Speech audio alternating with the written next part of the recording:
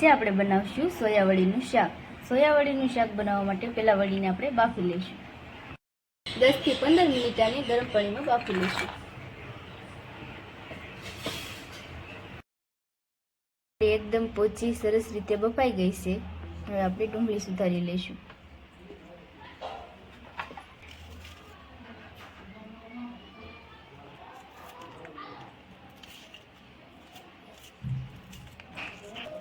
ડુંગળીને એકદમ ઝીણી કટિંગ કરશું.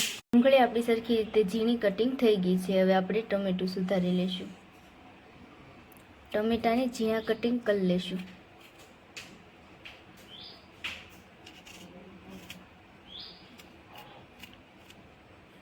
વડી, ટમેટા અને ડુંગળી આપણી તૈયાર થઈ ગઈ છે.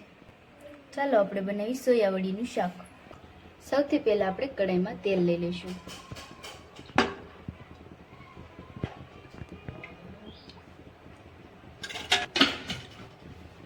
તેલને આપણે ગરમ થવા દઈશું.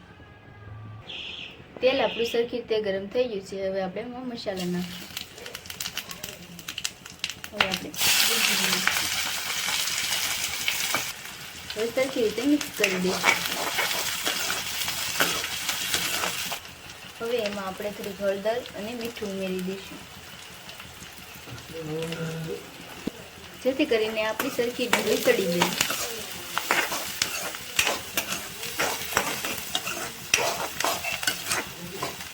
તમે જોઈ શકો છો ડુંગળી આપણી સડી ગઈ છે. હવે આપણે એમાં ટમેટા નાખશું.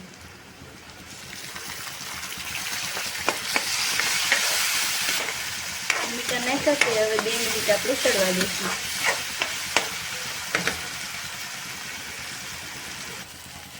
હવે થોડુંક આપણે એમાં પાણી નાખી દઈશું. 2 મિનિટ આને ચેડવી દઈશું.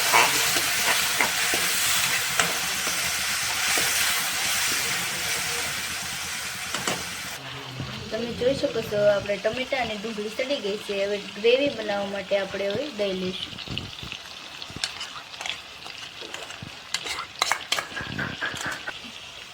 સરખી રીતે આપણે મિક્સ કરી દઈશું,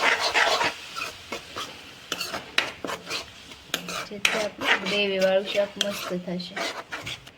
તમે દહીંની જગ્યાએ મલાઈ પણ યુઝ કરી શકો છો.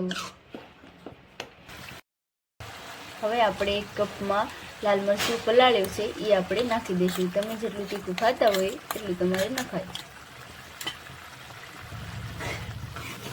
સરખી રીતે આને મિક્સ કરી દઈશું.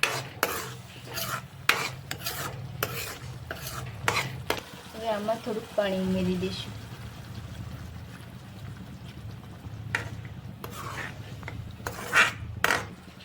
હવે જે આપણે વળી બાફી છે એ આપણે આમાં એડ કરી દઈશું. એડ કરીને સરખી રીતે મિક્સ કરી દઈશું.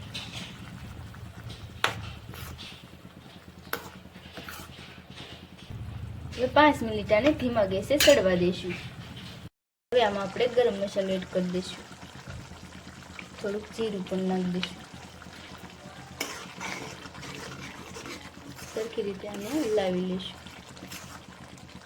તમે જોઈ શકો છો આપણું શાક એકદમ સડીને તૈયાર છે. હવે આને આપણે ઉતારી લઈશું.